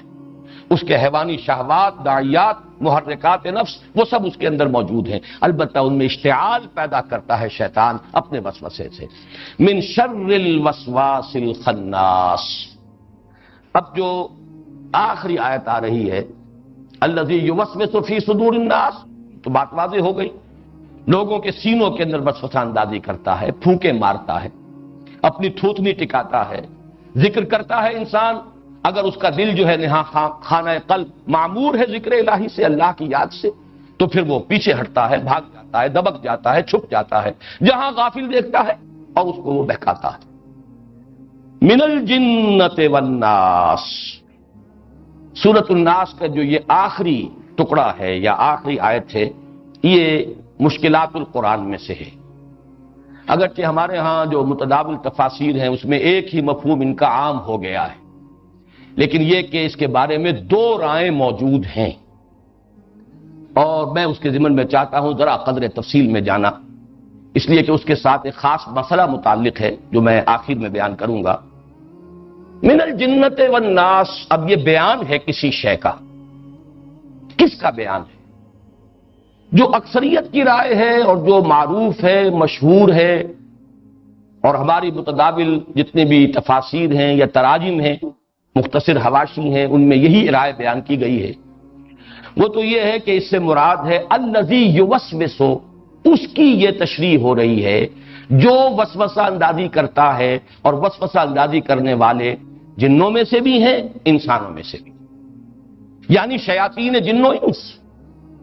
شیاطین جن و انس کا ثبوت قرآن مجید کے اندر موجود ہے۔ سورہ انعام میں فرمایا وَكَذَلِكَ جَعَلْنَا لِكُلِّ نَبِيٍّ عَدُوًّا شَيَاطِينَ الْإِنسِ وَالْجِنِّ يُوحِي بَعْضُهُمْ إِلَىٰ بَعْضٍ زُخْرُفَ الْقَوْلِ غُرُورًا، اسی طرح ہم نے ہر نبی کے لیے دشمن بنا کر کھڑے کر دیے شیاطین، انسانوں میں سے بھی جنوں میں سے بھی، اور یہ شیاطین جن و انس ان کا گٹھ جوڑ ہے۔ یہ در حقیقت انسانوں کو گمراہ کرنے کے لیے، وسوسہ اندازی کرنے کے لیے آپس میں تعاون کرتے ہیں، ایک دوسرے کو وحی کرتے ہیں۔ یہاں وہ لفظ وحی بھی آ گیا وسوسے کے لیے، یوحی بعضهم الی بعض زخرف القول غرورا، دھوکے کی باتیں، ملمے کی باتیں، ایک دوسرے کو وہ وسوسہ اندازی اور وحی الاعلام بالخفاء والسرعہ اس کے ذریعے سے کرتے رہتے ہیں تاکہ انسانوں کی گمراہی کا سبب بنے۔ اور یہ کس لیے کرتے ہیں ہم؟ یہ بھی بڑی اہم بات ہے۔ اس لیے کرتے ہیں کہ نبی اور نبی کے ساتھیوں کے لیے ابتلا ہو، امتحان ہو، آزمائش ہو۔ اگر سب چیز آسانی سے چل رہی ہو، کوئی نہ مخالفت ہو، نہ کوئی تکلیف آئے، نہ ابتلا ہو، نہ آزمائش ہو، تو کچے پکے سب جڑے رہیں گے۔ جبکہ اللہ تعالیٰ کی سنت یہ رہی ہے جو بھی آئے ہمارے نبی کے ساتھ، کسی بھی داعی حق کے ساتھ، وہ کھرا کھرا آئے، کھوٹا نہ آئے۔ وہی ہو کہ جو صادق ہوں اور مخلص ہوں، وہی آئیں۔ جو دکھاوے کے لیے ہوں، دودھ پینے والے مجنوں، چھلنیاں لگنی چاہیے کہ وہ چھن جائیں، وہ پیچھے رہ جائیں۔ اور یہ چھلنیاں کیسے لگیں گی؟ آزمائشیں آئیں گی، ابتلا ہوں گے، تکلیفیں ہوں گی، مصیبتیں ہوں گی، تبھی تو چھلنی لگے گی۔ جو مخلص نہیں ہے وہ رہ جائیں گے، جو مخلص ہیں وہ ان بھٹیوں سے نکل کر آئیں گے، اور ان بھٹیوں سے نکل کر آئیں گے تو ان کا ایمان جو ہے اس کو مزید جلا ہو گئی ہوگی، وہ کندن بن کر نکلیں گے، زر خالص بن کر نکلیں گے۔ یہ ابتلا اور آزمائش کا فلسفہ ہے قرآن مجید میں، خاص طور پر سورہ آل عمران میں بڑی تفصیل سے اور تکرار و اعادہ کے ساتھ اس کی وضاحت ہوئی۔ یہ کیسے ہوں گے؟ ابتلائیں کیسے آئیں، آزمائشیں کیسے آئیں؟ جب تک کہ مخالفین نہ ہو، ابو جہل نہ ہو، تو کیسے ٹیسٹ ہوگا کہ کس قدر ثابت قدم ہے سمیہ رضی اللہ تعالی عنہ؟ کیسے امتحان ہوگا؟ کیسے ظاہر ہوگا؟ کتنے ثابت قدم ہے یاسر رضی اللہ تعالی عنہ؟ امیہ ابن خلف نہ ہو تو کیسے پتہ چلے گا؟ کتنی استقامت ہے بلال کے اندر، کتنی ہمت ہے، کتنا صبر ہے، کتنا ثبات ہے۔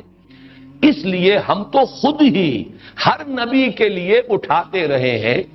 دشمن بنا کر شیاطین جن و انس کو، جن کا گٹھ جوڑ ہوتا ہے، جو مخالفت کرتے ہیں، تاکہ اس مخالفت سے جو آزمائشوں کا، ابتلاعات کا سلسلہ ہو، وہ چھلنی بن جائے اور اس میں دودھ کا دودھ، پانی کا پانی جدا ہو جائے، حتیٰ یمیز الخبیث من الطیب، جو پاک ہے وہ علیحدہ ہو جائے اور جو ناپاک ہے وہ علیحدہ ہو جائے، جو مخلصین ہیں وہ علیحدہ ہو جائیں، اور جو منافقین ہیں یا جھوٹ موٹ کے ضعفاء ایسے ہی کسی جذباتی سے کسی تحریک کے تحت آگے آ گئے تھے، ان میں استقامت نہیں تھی، ان میں کوئی فیصلہ نہیں تھا، کوئی عزیمت نہیں تھی، وہ علیحدہ ہو۔ یہ لفظ شیاطین جن و انس قرآن مجید میں آیا ہے، اور اس میں کوئی شک نہیں کہ جنات میں بھی وہ قوتیں موجود ہیں بدی کی طرف لانے والی، اور انسانوں کے اندر بھی۔ لیکن ایک رائے تو جیسا کہ میں نے عرض کیا کہ یہ اس پہ کوئی اعتراض نہیں ہو سکتا، بات بالکل واضح ہے۔ قرآن مجید میں چونکہ اس کی نظیر موجود ہے شیاطین جن و انس، لہذا یہ سمجھنا کہ من الجنت والناس آخری آیت جو ہے یہ در حقیقت تشریح کر رہی ہے الذی یوسوس، اس کا جو فاعل ہے وسوسہ کرنے والا، کون؟ جنات میں سے بھی انسانوں میں سے بھی۔ یہ تفسیر تو وہ ہے جو متداول ہے، معروف ہے، عام ہے، مقبول ہے، لیکن یہ کہ میرے ذہن میں اس پر کوئی اشکال تھا اور اس کی وجہ سے پھر مجھے تحقیق کرنی پڑی، تو میں اپنی اس تحقیق کا جو حاصل آپ کے سامنے رکھ رہا ہوں، اور وہ دوسری رائے جو ہے چونکہ میرا ذاتی رجحان اس کی طرف ہے اسی لیے میں اس کو وضاحت کے ساتھ آپ کے سامنے رکھوں گا۔ دوسری رائے یہ ہے کہ الناس ہی کی شرح ہو رہی ہے، یہ الذی یوسوس فی صدور الناس، وہ جو وسوسہ اندازی کرتا ہے لوگوں کے سینوں میں، اور یہ لوگ کون ہیں؟ یہ لوگ جنات میں سے بھی ہیں، انسانوں میں سے بھی ہیں، من الجنت والناس، یہ چونکہ قرب بھی ہے، الناس کی شرح ہی مزید ہو رہی ہے من الجنت والناس سے۔ اس پر ایک اعتراض وارد ہوتا ہے کہ لفظ مشترک ہے، فی صدور الناس وہی لفظ جو ہے، اب اسی کی تقسیم اگر دو حصوں میں ہو جائے کہ یہ ناس کے لفظ کے اندر ناس بھی موجود ہے انسان، اور یہ کہ جنات بھی موجود ہیں، تو بظاہر اس پر اعتراض جو ہے قوی ہے، لیکن یہ کہ یہ قول کس نے اختیار کیا ہے؟ امام فرا کا قول ہے، یہ کسی معمولی شخص کا نہیں ہے، لغت کے امام وہ بھی، لغت کے نحو کے امام ہیں، اور اس کے جوابات دیے گئے ہیں، پھر امام راضی نے بھی یہ جوابات نقل کیے ہیں، صاحب روح المعانی نے بھی جوابات نقل کیے ہیں، یعنی اتنا تو اس معاملے کو سب نے قابل اعتنا سمجھا ہے، قابل توجہ سمجھا ہے کہ ان تمام مفسرین نے اس کا تذکرہ کیا۔ بدقسمتی سے ہمارے ہاں جو لوگ صرف اردو تفاسیر پڑھنے کے عادی ہو گئے ہیں، اب ظاہر بات ہے کہ ان کے سامنے وہی چیزیں آتی ہیں کہ جو ہمارے اس دور کے جو مفسرین ہیں، جو انہوں نے ترجیح جو جس شے کو دی قبول کر لیا وہ عام ہو گئی۔ دوسری شے ایسے محسوس ہوتا ہے کہ جیسے سرے سے اس کا وجود ممکن ہی نہیں، جس کی ایک بڑی مثال میں بارہا دیتا رہا ہوں کہ جہاں سورہ بقرہ میں جہاں احکام صوم آئے ہیں، اس کے ضمن میں ایک رائے جو ہے وہ بار بار آتی رہی کہ وہ دونوں آیات جو ہیں در حقیقت پہلے بھی آیا اور اس کے بعد بھی آیا، دونوں احکام آئے، دونوں میں کچھ رعایتیں بھی آئیں، تو سمجھا یہ گیا کہ وہ صوم رمضان سے متعلق ہے۔ مجھے اشکال تھا اپنے زمانے طالب علمی سے، میڈیکل کالج میں پڑھتا تھا، تب بھی یہ طبیعت کو بات قبول نہیں ہو رہی تھی کہ ایسی تکرار، رمضان کا ذکر بعد میں آ رہا ہے، شہر رمضان الذی انزل فیہ القرآن، لیکن یہ کہ اس سے پہلے جو صوم کا ذکر ہو رہا ہے، اور لفظ معدودات گنتی کے چند دن، یہ صوم رمضان سے متعلق نہیں ہو سکتا۔ لغت میں بھی معدودات جو ہے وہ جمع قلت ہے، زیادہ سے زیادہ 9 پر اس کا اطلاق ہو سکتا ہے، جبکہ رمضان مبارک کے تو کم سے کم روزے 29 ہوں گے، اگر 30 نہیں تو 29 تو ہیں۔ اشکال تھا، لیکن یہ کہ اس وقت اس زمانے میں عربی تفاسیر تک رسائی نہیں تھی، اردو کی جتنی بھی تفاسیر تراجم حواشی ہیں ان سب میں ایک ہی بات تھی۔ اتفاق کی بات یہ ہے کہ جماعت اسلامی ہند کا ایک رسالہ نکلتا تھا، ماہنامہ، مجھے نہیں معلوم اب بھی جاری ہے یعنی زندگی، اس میں سید عروج قادری صاحب کا ایک مضمون شائع ہوا، اس مضمون میں تنقید تھی مولانا انور شاہ کاشمیری رحمۃ اللہ علیہ پر، کہ بڑی ہلکی بات کہہ دی ہے مولانا انور شاہ کاشمیری رحمۃ اللہ علیہ نے، اور انہوں نے یہ کہہ دیا کہ یہ جو پہلا حکم ہے کتب علیکم الصیام کما کتب علی الذین من قبلکم لعلکم تتقون ایاما معدودات، یہ صوم رمضان سے متعلق نہیں ہے، بلکہ رمضان کے روزوں کی فرضیت سے قبل حضور نے حکم دیا تھا ہر مہینے میں 3 روزے رکھنے کا، یہ آیت اس سے متعلق۔ تو میرے لیے تو یوں سمجھیے کہ متفق گردید رائے بو علی بارائے من، مجھے جب یہ معلوم ہوا کہ یہ مولانا انور شاہ کاشمیری رحمۃ اللہ علیہ کی رائے ہے، تو اب میرے لیے تو کسی طرح کے شک و شبے کی اشتباہ کی گنجائش نہ تھی، مجھے تو اطمینان حاصل ہو گیا کہ جو مجھے اشکال ہو رہا تھا وہ صحیح تھا۔ بعد میں جب میں نے دیکھا تو معلوم ہوا کہ سلف میں تو یہ قول کثرت سے موجود ہے، لیکن ہوتے ہوتے بس جیسا کہ میں نے عرض کیا نا کہ اردو تفاسیر کے اندر تو اکثر و بیشتر حضرات نے جو بھی کچھ چند چیزیں متاخرین کی ہیں وہ سامنے رکھی ہیں، اور اسی سے پھر یہ کہ کچھ اخذ کیا ہے، کچھ اس میں اپنے فکر سے باہر اضافہ بھی کیا ہر ایک نے، لیکن یہ کہ اکثر و بیشتر وہیں سے تو بعض چیزیں اس طرح نگاہ سے اوجھل ہو گئی ہیں کہ ان کا وجود ہی نہیں رہا، لوگوں کے ذہن تک کے اندر اس کا کوئی شائبہ موجود۔ اسی کی ایک مثال یہ ہے کہ بڑا مضبوط قول ہے اس میں کہ یہاں پر من الجنت والناس، یہ تقسیم ہے اصل میں الناس ہی کی۔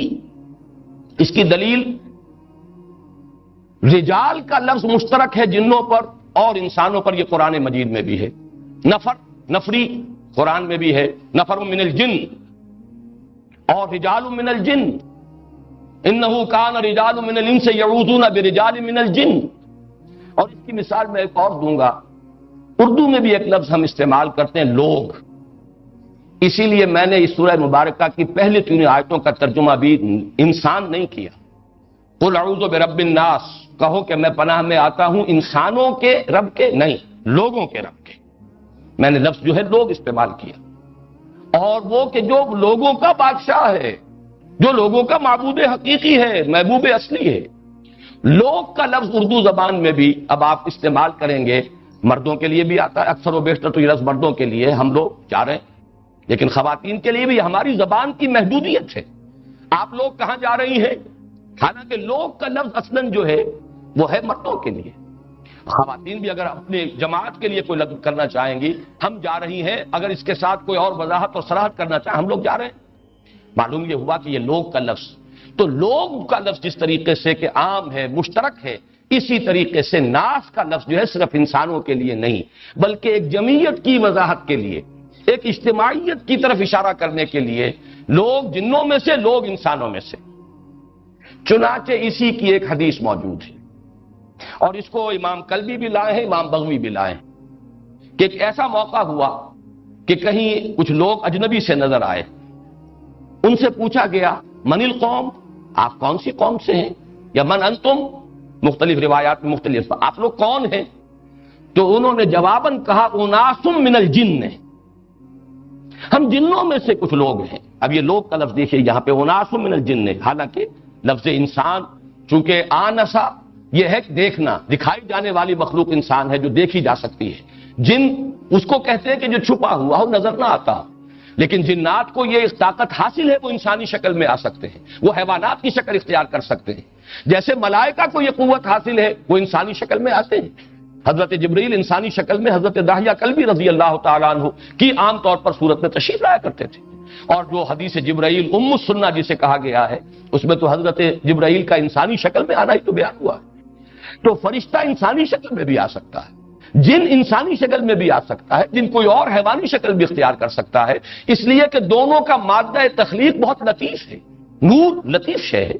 اور نار بھی لطیف ہے، ہمارے مقابلے میں بہت لطیف شے ہے. ہم ہیں جو جکڑے گئے ہیں، ہمارا تو جو بھی ہیکل بن گیا ہے، جو بھی ہیولہ بن گیا ہے، ادھر سے ادھر ہم نہیں ہو سکتے. لیکن یہ کہ جنات اور ملائکہ، ان دونوں میں وہ اس کا امکان موجود ہے. تو اناس کا لفظ جب ان سے پوچھا گیا من انتم، من القوم، آپ کون لوگ ہیں. دیکھیے پھر دیکھیے ترجمہ جب آپ کریں گے من القوم، آپ کون لوگ ہیں. اردو کا یہ لفظ لوگ جو میں بار بار استعمال کر رہا ہوں، یہ بالکل کنوے کر رہا ہے اس سینس کو کہ جو یہاں سامنے آ رہا ہے کہ اناس من الجن. تیسری بات امام زمخشری نے اس میں بڑی، وہ چونکہ بہت بڑے امام لغت اور امام نحو ہیں، انہوں نے اس میں ایک نکتہ اور نکالا ہے کہ پہلی آیت میں الذی یوسوس فی صدور الناس ہے، یہ ناس کا لفظ نہیں ہے بلکہ حقیقتاً ناسی ہے. ناسی نسیان سے بنا ہے، وہ جو وسوسہ کرتا ہے بھولنے والے کے دل میں، بھولنے والے لوگ، ناسی، نسیان. اور اس کے لیے دلیل دی ہے انہوں نے، ظاہر بات ہے امام زمخشری ہیں، وہ بات کسی شہادت کے بغیر، استشہاد کے بغیر، دلیل کے بغیر تو نہیں کہتے. چنانچہ سورہ قمر کی آیت ہے یوم یدعو الداعی الی شیء نکر، جس دن کے ایک پکارنے والا پکارے گا اس شے کی طرف جو بڑی ناگوار ہوگی، ناخوشگوار ہوگی. پکارنے والا داعی، لیکن داعی نہیں ہے لفظ قرآن میں، داعی. وہ یہ جو عین کا جو یہ ہے، یہ کے بجائے صرف زیر رہ گئی ہے. یوم یدعو الداعی الی شیء نکر، لیکن یہ وہاں حذف کر دی گئی، یوم یدعو الداعی الی شیء نکر، صرف زیر رہ گئی ہے. بین ہی الذی یوسوس فی صدور الناس، وہ کہ جو وسوسہ اندازی کرتا ہے بھولنے والوں کے دلوں کے اندر، بھولنے والے لوگوں کے دلوں میں. اور یہ بھولنے والے کون ہیں؟ جن بھی اور انسان بھی. جیسا کہ میں عرض کر چکا ہوں، جنوں میں نیک بھی ہیں، صالح بھی ہیں، منا الصالحون ومنا دون ذلک، منا المسلمون ومنا القاسطون. نیک بھی ہیں، بھلے بھی ہیں، شیطنت والے بھی ہیں، برے بھی ہیں. انسانوں میں نیک بھی ہیں، انبیاء بھی انسان تھے، اولیاء اللہ انسان ہے، مومنین صادقین انسان ہیں، منافقین بھی ہیں، شیاطین بھی ہیں، بدی کی طرف بلانے والے بھی ہیں، بڑے سے بڑے بلانے والے، بڑے سے بڑے داعیان شر انسانوں میں ہیں. تو معلوم یہ ہوا کہ یہاں ناسی کا لفظ مشترک ہے جس کی وضاحت ہو رہی ہے کہ وہ من الجنت والناس ہے، وہ انسانوں میں سے بھی ہے اور جنات میں سے بھی ہے۔ گویا کہ زمخشری نے بھی اسی قول کو اختیار کیا اور اس کے لیے دلیل جو ہے قرآن مجید سے استشہاد کرتے ہوئے اس کے لیے جو اصل دلیل ہے لغت کی وہ بھی پیش کر۔ جہاں تک میری ذاتی رائے ہے، امام زمخشری نے جو بات فرمائی ہے یقیناً بہت دلچسپ بھی ہے، بڑی وزنی بھی ہے، قرآن مجید سے اس کی شہادت موجود ہے، نظیر موجود ہے، لیکن یہ کہ میرے نزدیک اس کی تکلف کی ضرورت نہیں ہے۔ ناس کے لفظ کو جو پہلی آیت میں آیا ہے یعنی آیت نمبر 5 میں، اسے اسی معنی میں لیجئے جس معنی میں کہ ہم لوگ کا لفظ لیتے ہیں، اور اس کے لیے میری سب سے بڑی دلیل جو ہے اس کی طرف توجہ فرمائیے، کیا اللہ صرف انسانوں کا رب ہے یا جنات کا بھی رب ہے؟ کیا اللہ صرف انسانوں کا بادشاہ ہے یا جنات کا بھی بادشاہ ہے؟ کیا اللہ صرف انسانوں کا الہ ہے یا جنات کا بھی الہ ہے؟ یہ اگرچہ قرآن مجید میں جنات کے ساتھ خطاب بہت کم ہوا ہے، لیکن یہ کہ ہمارا تقریباً اجماعی عقیدہ ہے، یہ بعض حضرات نے تفرد کیا ہے، علیحدہ رائے اختیار کی ہے، لیکن یہ کہ تقریباً اجماعی عقیدہ یہ ہے کہ نبوت و رسالت جو ہے وہ صرف انسانوں میں رہی ہے، جنات میں نہیں۔ اسی لیے جنات بھی ایمان لاتے رہے ہیں انسانوں ہی میں سے آنے والے رسولوں پر، حضور پر ایمان لائے اور حضور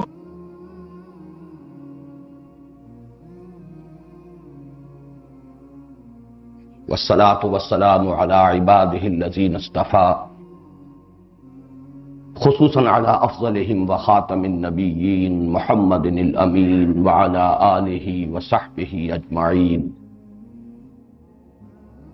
اما بعد فاعوذ بالله من الشيطان الرجيم، بسم الله الرحمن الرحيم، قل اعوذ برب الفلق من شر ما خلق ومن شر غاسق اذا وقب ومن شر النفاثات في العقد ومن شر حاسد اذا حسد۔ بسم اللہ الرحمن الرحیم، قل اعوذ برب الناس ملک الناس الہ الناس من شر الوسواس الخناس الذي يوسوس في صدور الناس من الجنة والناس، صدق اللہ العظیم۔ رب اشرح لي صدري ويسر لي امري واحلل عقدة من لساني يفقهوا قولي۔ اللهم ربنا الهمنا رشدنا واعذنا من شرور انفسنا، اللهم ارنا الحق حقا وارزقنا اتباعه وارنا الباطل باطلا وارزقنا اجتنابه، اللهم ارحمنا بالقرآن العظيم واجعله لنا اماما ونورا وهدى ورحمة، اللهم ذكرنا منه ما نسينا وعلمنا منه ما جهلنا وارزقنا تلاوته آناء الليل وآناء النهار واجعله لنا حجة يا رب العالمين، آمین۔ اللہ تعالیٰ کا بڑا فضل و کرم ہے اور اس کا لاکھ لاکھ احسان ہے کہ ہمارا یہ سلسلے وار درس آج پایہ تکمیل کو پہنچ رہا ہے۔ اس تقریب کے ہدیے کے طور پر جو کتابچہ آپ کو دیا گیا ہے اس میں اس مسلسل درس کی مختصر سی تاریخ بھی درج ہے۔ اگرچہ سلسلے وار درس کا آغاز تو مسجد خضرا سمن آباد سے ہو گیا تھا جون 1968 میں، اس اعتبار سے تو کہا جا سکتا ہے کہ 23 برس ہو گئے اور 23 برس میں اس سلسلے وار درس کی تکمیل ہوئی، لیکن اس میں چونکہ کچھ ڈپلیکیشن ہوئی، سن 74 میں ہمارا وہ درس مسجد خضرا سمن آباد سے مسجد شہداء مال روڈ پر منتقل ہوا، تو وہاں پر بھی میں نے جہاں اس منتخب نصاب کا بھی دوبارہ درس دیا جو مطالعہ قرآن حکیم اور دعوت رجوع القرآن کی اس تحریک کے لیے بمنزلہ اساس ہے، اور پھر سلسلے وار درس کا آغاز بھی ابتدا سے دوبارہ کیا۔ اس پہلو سے یہ 17.5 برس کی داستان ہے، اس لیے کہ یہ سلسلہ درس جو اب تکمیل کو پہنچ رہا ہے یہ وہ ہے کہ جو سن 74 میں مسجد شہداء مال روڈ سے شروع ہوا تھا۔ قرآن حکیم کی سورتوں کا آخری جوڑا، جس میں جوڑے ہونے کی نسبت بہت ہی نمایاں ہے اور جن کے لیے ایک نام ہے المعوذتان، ان میں سے ایک سورت کا ہم مطالعہ پچھلے ہفتے کر چکے ہیں، لیکن میں نے اس وقت تلاوت ان دونوں سورتوں کی ہے، اس لیے کہ جو حضرات گزشتہ ہفتے درس میں موجود نہیں تھے، ایک تو یہ کہ ان کے سامنے ان معوذتان کی جو دونوں کی مشترک خصوصیات ہیں جو میں بیان کر چکا ہوں، اور کچھ تمہیدی باتیں کہ جو میں عرض کر چکا ہوں گزشتہ درس کے ضمن میں، ان کا بھی اجمالی اعادہ کر دیا جائے تاکہ وہ حضرات جو گزشتہ درس میں شریک نہیں تھے ان کے علم میں بھی وہ چند بنیادی اور تمہیدی باتیں آ جائیں۔ سب سے پہلے لغوی بحث ہے عاذ یعوذ، کسی کی پناہ میں آنا، کسی کی حفاظت میں آنا، کسی سے پناہ طلب کرنا۔ یہ مادہ جو ہے مختلف ابواب سے قرآن حکیم میں بھی آیا ہے اور ویسے بھی عام استعمال میں بھی اس کے مصدر مختلف ابواب سے آتے ہیں۔ عاذ یعوذ ثلاثی مجرد سے اس کے معنی ہے خود پناہ طلب کرنا، خود حفاظت چاہنا، خود کسی کی پناہ میں آنا۔ یہی مفہوم ہوگا باب تفاعل سے، تعوذ یا تعوذ، اسی سے ہمارے ہاں مستعمل ہے لفظ تعوذ کے بعد انہوں نے یہ فرمایا، تعوذ کے بعد تلاوت کی۔ یہی مفہوم ہے باب استفعال سے، استعاذہ، جیسے کہ قرآن حکیم میں آیا ہے فَإِذَا قَرَأْتَ الْقُرْآنَ فَاسْتَعِذْ بِاللَّهِ، استعاذہ، اس کا مفہوم بھی ہوگا کسی کی پناہ میں آنا، کسی کی پناہ طلب کرنا خود اپنے۔ لیکن باب افعال سے اور باب تفعیل سے اس کا متعدی مفہوم بنتا ہے۔ اعاذ یعیذ، کسی اور کے لیے پناہ طلب کرنا یا کسی کو کسی کی پناہ میں دینا، جیسے کہ حضرت مریم کی والدہ سلام علیہما، ان کا قول نقل ہوا ہے قرآن حکیم میں سورہ آل عمران میں، وَإِنِّي أُعِيذُهَا بِكَ وَذُرِّيَّتَهَا مِنَ الشَّيْطَانِ الرَّجِيمِ، کسی کو پناہ میں دینا۔ اسی سے باب تفعیل میں تعویذ کا لفظ بنا ہے جو ہمارے ہاں عام بول چال میں مستعمل ہے، تعویذ۔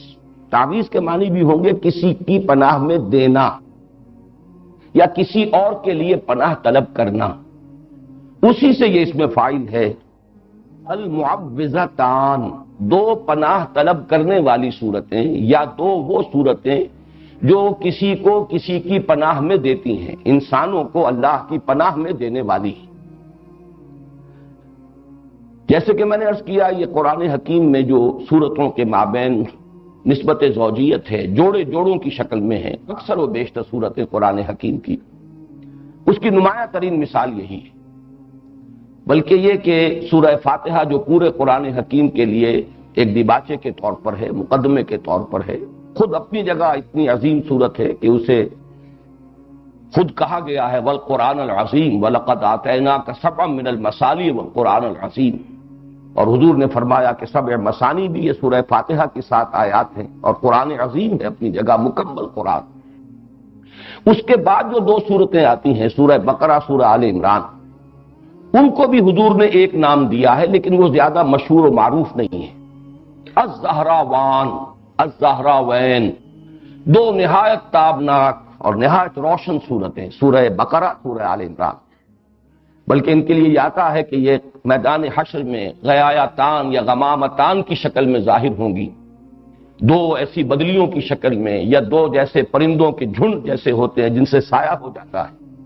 تو حشر میں ان کا ظہور ہوگا اس صورت میں۔ اور جن لوگوں کو ان صورتوں سے محبت تھی اور جو تعلق خاطر رکھتے تھے ان کے ساتھ، ان پر وہ سایہ کریں گی میدان حشر۔ تو ابتدا میں بھی الزہراوین اور اختتام پر المعوذتین۔ باقی یہ کہ جوڑے ہونے کی نسبت قرآن حکیم میں بعض مقامات پر بہت نمایاں ہے، بعض مقامات پر قدر خفی ہے، یہاں پر وہ نسبت بہت نمایاں ہے۔ ایک تو یہ کہ ایک ہی مضمون ہے، صاف نظر آ رہا ہے، تعوذ، تعویذ۔ پھر یہ کہ اس کو جو تقسیم کیا گیا ہے اس کے اعتبار سے ہمیں یہ نظر آتا ہے کہ یہ کوئی الٹپ تقسیم نہیں ہے بلکہ بڑی حکیمانہ تقسیم. یہ ایک مضمون کو مکمل کرنا ہے دو حصوں میں، اور صحیح تر تمثیل ہوگی کہ یہ ایک تصویر کے دو رخ ہیں. انسان پر کچھ آفات وہ ہیں جو خارج سے اس پر وارد ہوتی ہیں، اثر انداز ہوتی ہیں، ان سے پناہ طلب کرنے کی تلقین ہے سورۃ الفلق. قل اعوذ برب الفلق من شر ما خلق ومن شر غاسق اذا وقب ومن شر النفاثات في العقد ومن شر حاسد اذا حسد. اور ایک مصیبت وہ ہے جو خود انسان کے اپنے اندر سے ہو کر اس پر اثر انداز ہوتی ہے، وہ وسوسہ. ظاہر بات ہے کہ وسوسہ جو ہے وہ چاہے شیاطین انس کی طرف سے ہو یا شیاطین جن کی طرف سے ہو، وہ خود انسان کے باطن پر اثر انداز ہوتا ہے. نفس کے اندر جو داعیات موجود ہیں، اس کا اپنے نفس امارہ، اس کی اپنی حیوانی جبلتیں، اس کے اپنے اینیمل انسٹنکٹس، وہ ہیں کہ جو بھڑکتے ہیں، مشتعل ہوتے ہیں، اور اس سے پھر انسان کے دین اور ایمان کو، اس کی سلامتی کو خطرہ لاحق ہوتا ہے. تو بہترین حکیمانہ تقسیم کر دی گئی. خارج سے اثر انداز ہونے والے خطرات اور مضرات وہ سورۃ الفلق میں، اور انسان کے اپنے باطن میں سے ہو کر اس کے دین و ایمان پر ڈاکہ ڈالنے والی مصیبت، اس سے تعوذ سورۃ الناس میں. پھر ایک اس میں عکسی ترتیب بھی ہے.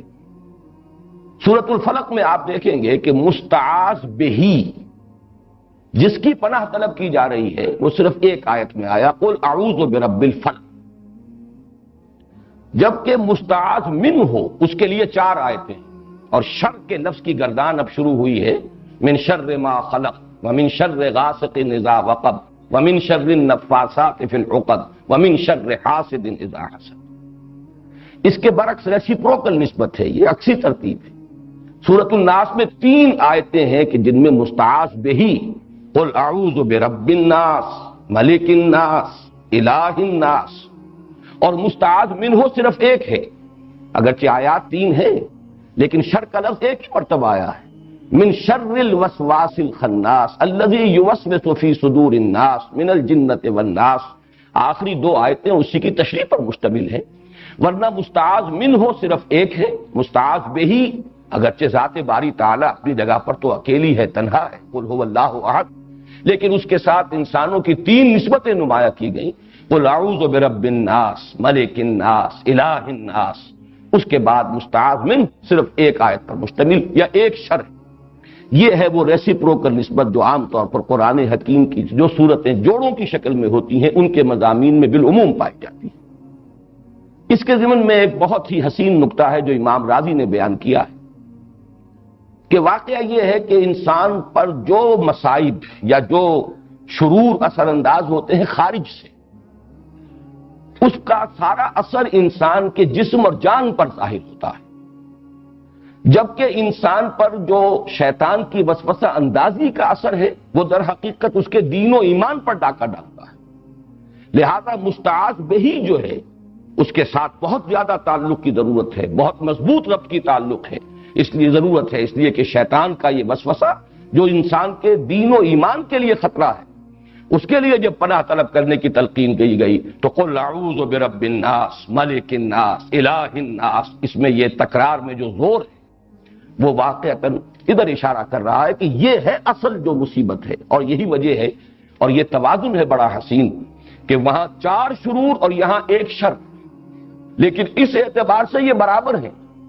کہ وہ جتنے مضرتیں ہیں وہ انسان کے جسم و جان پر کسی مصیبت یا تکلیف کی شکل میں اثر انداز ہوتی ہیں، جبکہ یہ مصیبت جو ہے اس کے دین و ایمان پر ڈاکہ ڈالنے والی ہے، جس سے کہ اس کی ابدی زندگی جو ہے حیات اخروی اسے خطرہ لاحق ہو جائے. تیسری تمہیدی بات ان صورتوں کے بارے میں زمانہ نزول سے متعلق ہے. اگرچہ سلف میں بھی رائے موجود ہے کہ یہ دونوں صورتیں مکی ہیں، اور ہمارے اس دور کے مفسرین میں سے مولانا مودودی صاحب نے بھی اس رائے کو قبول کیا ہے، لیکن اکثر مفسرین کا اس پر اجماع ہے کہ یہ صورتیں مدنی ہیں. اور اس کے ضمن میں خاص طور پر ایک صحیح حدیث صحیح مسلم میں جو موجود ہے حضرت عقبہ ابن عامر رضی اللہ تعالی عنہ سے، میرے نزدیک وہ فیصلہ کن ہے، اس لیے کہ ان کا قول یہ موجود ہے کہ جس رات یہ صورتیں نازل ہوئیں، اور حضرت عقبہ ابن عامر انصاری ہیں، یہ ہجرت کے بعد ایمان لائے ہیں، بلکہ غالباً سن 7 میں یہ ایمان لائے ہیں،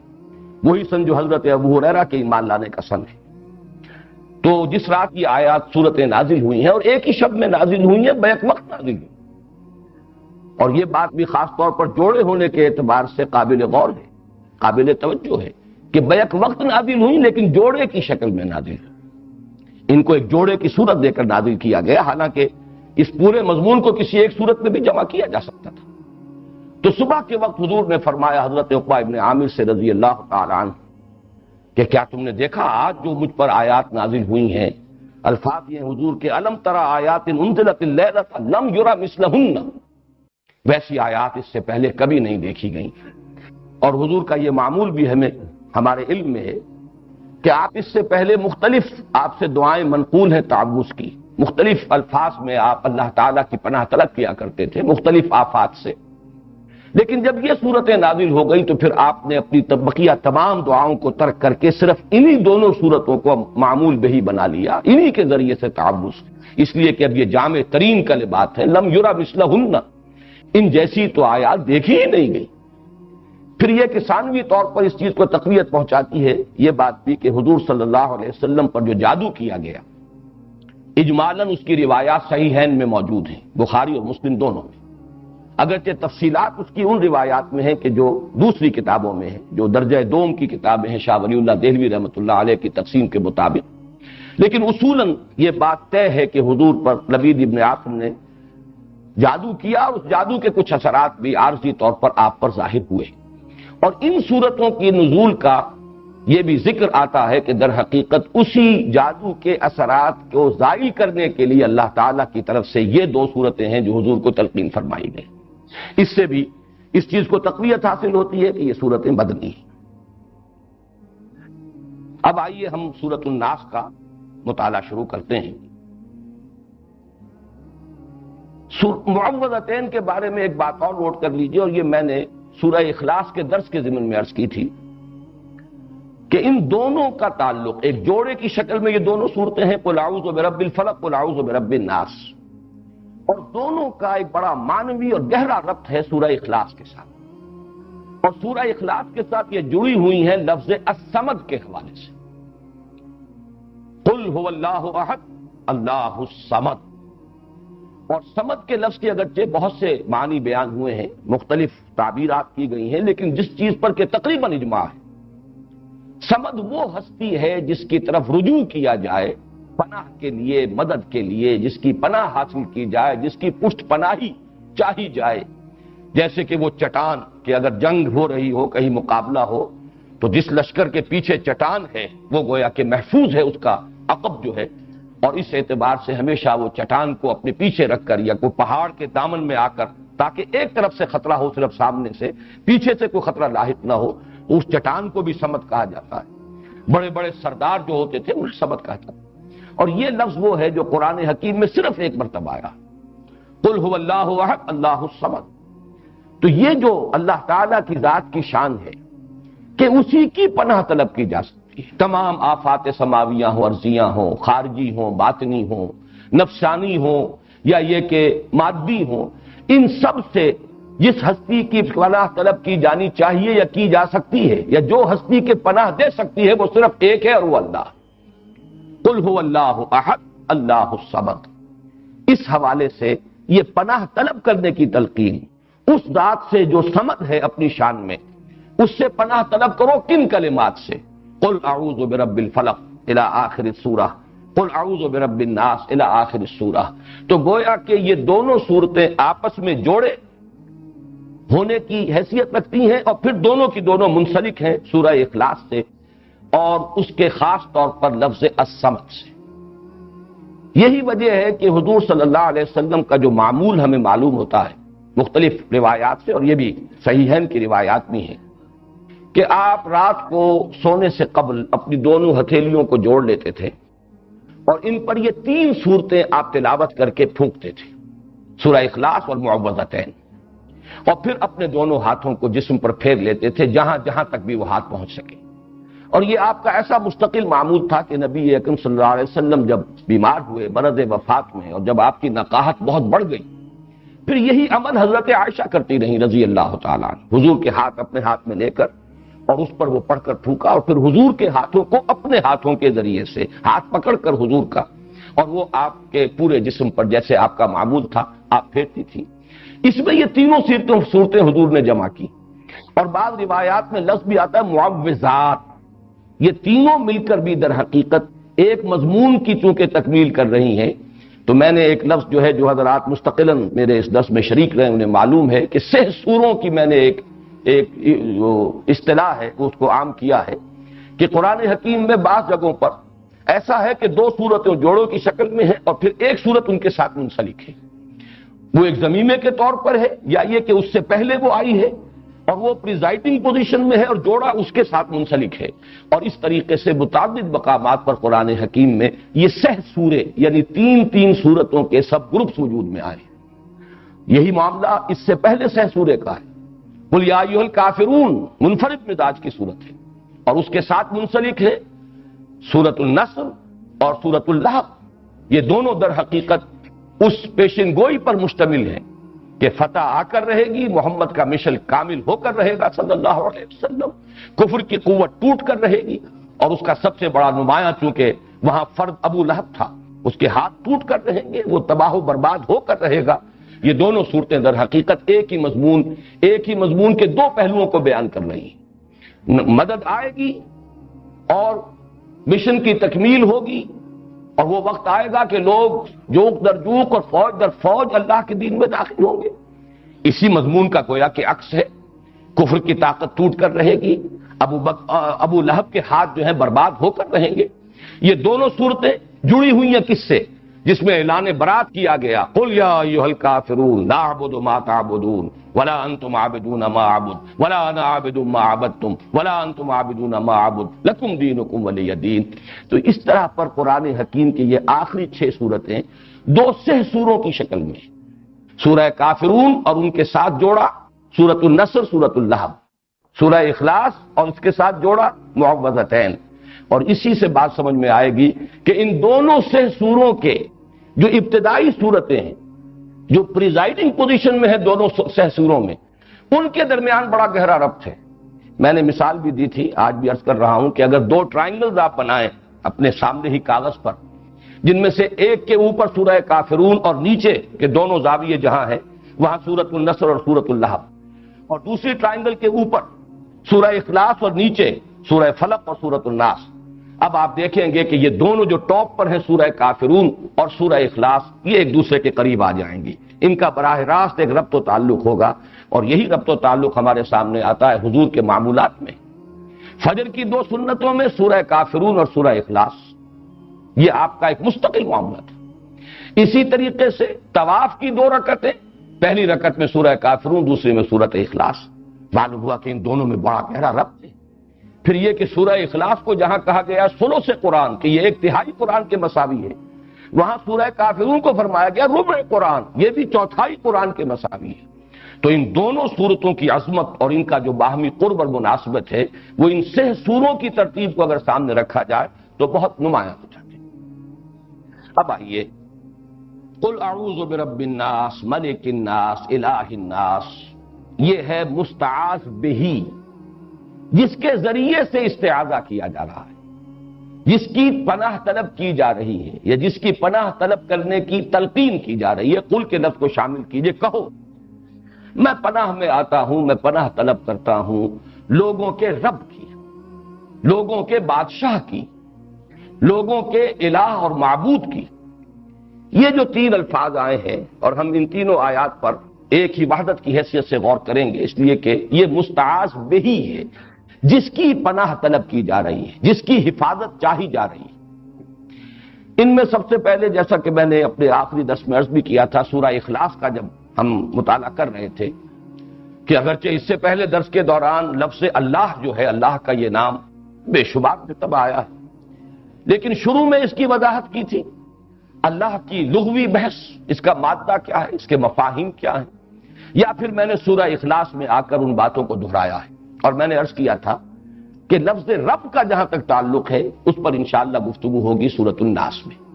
حالانکہ یہ لفظ سورۃ الفلق میں بھی آ چکا ہے، قل اعوذ برب الفلق قل اعوذ برب الناس۔ آج میں چاہتا ہوں کہ اس لفظ کی بھی لغوی بحث، اور اس میں ایک اشکال ہے، وہ اشکال ہے کہ جس میں میں بھی بہت عرصے تک مبتلا رہا، اس لیے کہ عام طور پر اس لفظ کا ترجمہ کیا جاتا ہے پالن ہار، پروردگار، پرورش کرنے والا، درجہ بدرجہ ترقی دینے والا۔ حالانکہ یہ لفظ جب آتا ہے قرآن مجید میں، جیسے کہ سورہ بنی اسرائیل میں آیا ہے وَقُلْ رَبِّ ارْحَمْهُمَا كَمَا رَبَّيَانِي صَغِيرًا، اب یہ ربیانی یہ تربیت سے بنا ہے، باب تفعیل ہے، تربیہ۔ اب یہ کہ یہ مادہ را با با سے ہے یا را با وا سے ہے، اس میں بڑی بحث اور بڑا اشکال مجھے بھی رہا، اس لیے کہ در حقیقت را با با رب، اس کا اصل مفہوم جو سمجھ میں آتا ہے وہ ہے مالک ہونا، رب الدار، گھر کا مالک، رب المال، مال والا، جس کی انویسٹمنٹ ہے، مضاربت اگر ہے، ایک شخص جو ہے اس نے انویسٹ کیا ہے وہ رب المال ہے، اور دوسرا شخص جو ہے وہ مضارب ہے، وہ کام کر رہا ہے، محنت کر رہا ہے۔ تو رب کا لفظ جہاں بھی آتا ہے در حقیقت اپنے اصل مفہوم میں، اس کا مفہوم جو ہے لغوی، مجھے جو اشکال لاحق رہا وہ یہی تھا کہ وہ تو اس کے استعمالات کا اگر ہم جائزہ لیں تو وہ تو مالک ہونے کے مفہوم میں آتا ہے، رب المال، رب الدار، رب البیت۔ اس میں رب کا لفظ، اب جیسے خاص طور پر رب البیت، یہ جو خانہ کعبہ ہے اس کا رب، خانہ کعبہ کی تو کوئی تربیت نہیں، اس کی کوئی پرورش نہیں، اس کا کوئی پالنا پوسنا نہیں، وہاں تو در حقیقت رب کا مطلب مال، جیسے رب المال ہے اسی طرح رب الدار ہے، مال والا، گھر والا، مال کا مالک، رب کا مالک، وہ گھر کا مالک۔ لیکن یہ کہ یہ لفظ جو ہے، اب میں نے اس پر جب مزید غور کیا تو متعدد الفاظ ایسے ہیں کہ جس میں یہ را با با جس طریقے سے ہے، اسی طرح شین قاف قاف شق، دال سین سین دس، اس سے جب باب تفعیل میں مصدر بنتے ہیں، جیسے کہ وہاں پر شق سے جو شین قاف یا، یہ بھی مادہ ہے، شین قاف یا کا مادہ ہے جس کا مفہوم آتا ہے نامراد ہونا، شقاوت، شقی جو نامراد ہے، ناکام ہے۔ اب جب سورہ طٰہٰ میں لفظ آیا طٰہٰ ما انزلنا علیک القرآن لتشقی، طٰہٰ ہم نے یہ قرآن آپ پر اس لیے تو نازل نہیں کیا، وہاں ترجمہ میں دیکھتا ہوں کہ آپ مشقت میں پڑھیں، حالانکہ مشقت کے لفظ کے لیے مادہ آنا چاہیے شین قاف، وہاں شین قاف یا ہے تشقا، تو یہ ایک اشکال رہا میرے ذہن میں۔ اسی طریقے سے دسا، دال سین سین، اور دسا یہ جو آیا ہے قد افلح من دساہا وقد خاب من، قد افلح من زکاہا وقد خاب من دساہا، یہاں پر بھی وہ اشکال ہے۔